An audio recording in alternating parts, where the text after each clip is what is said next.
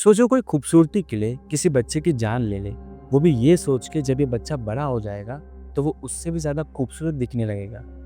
ऐसे करते करते वो 4 बच्चों की हत्या कर देती है। सुनने में थोड़ा फिल्मी टाइप लगता है, बट नहीं, ये इंसिडेंट सच में हुआ है। कि सुंदर बच्ची को देखते ही इसको चिढ़ मचती है या कोई बड़ी होकर मेरे से सुंदर ना बन जाए, इस तरह की बात इसके दिमाग में बहुत ज़्यादा पढ़ी लिखी नहीं है कि बहुत ज़्यादा पढ़ी लिखी है, बस है साइको टाइप है।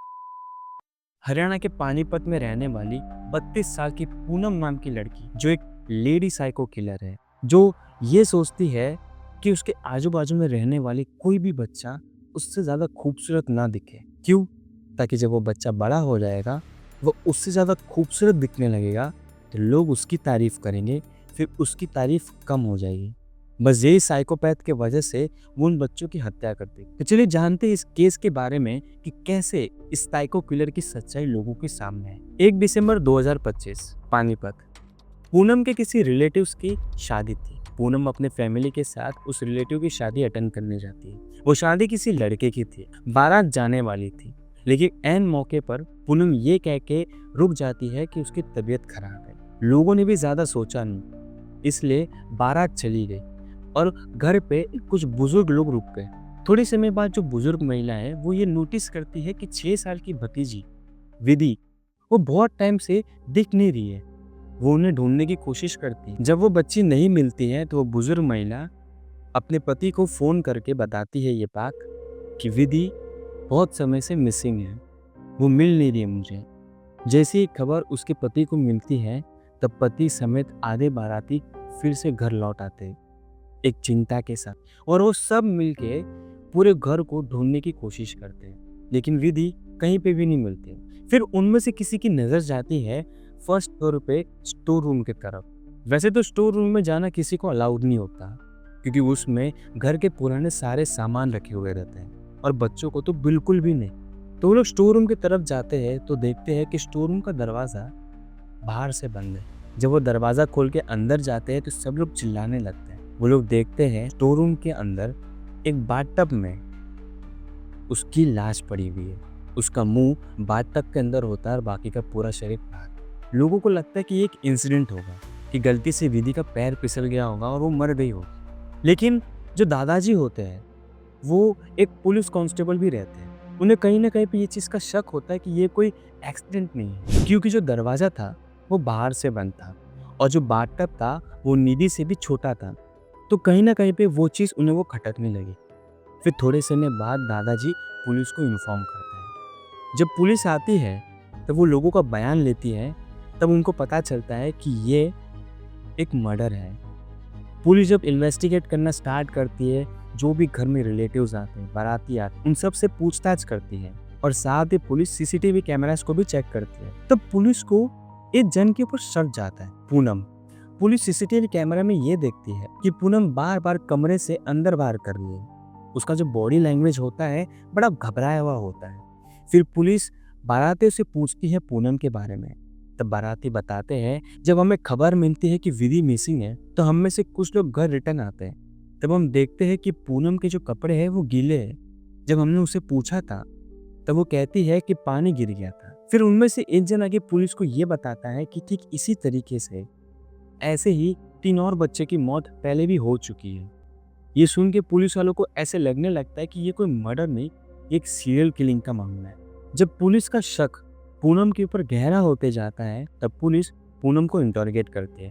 पहले तो पूनम पुलिस को गुमराह करने की कोशिश करती है कि ये सब मैंने नहीं किया है, लेकिन जब पुलिस सीसीटीवी कैमरा दिखाती है और ऐसे ही सेम मौत जो 3 पहले हुई है उनके फोटोज को दिखाती है, तब पूनम पुलिस को वो सच्चाई बताती है जो सुन के पुलिस भी शॉक हो जाती है।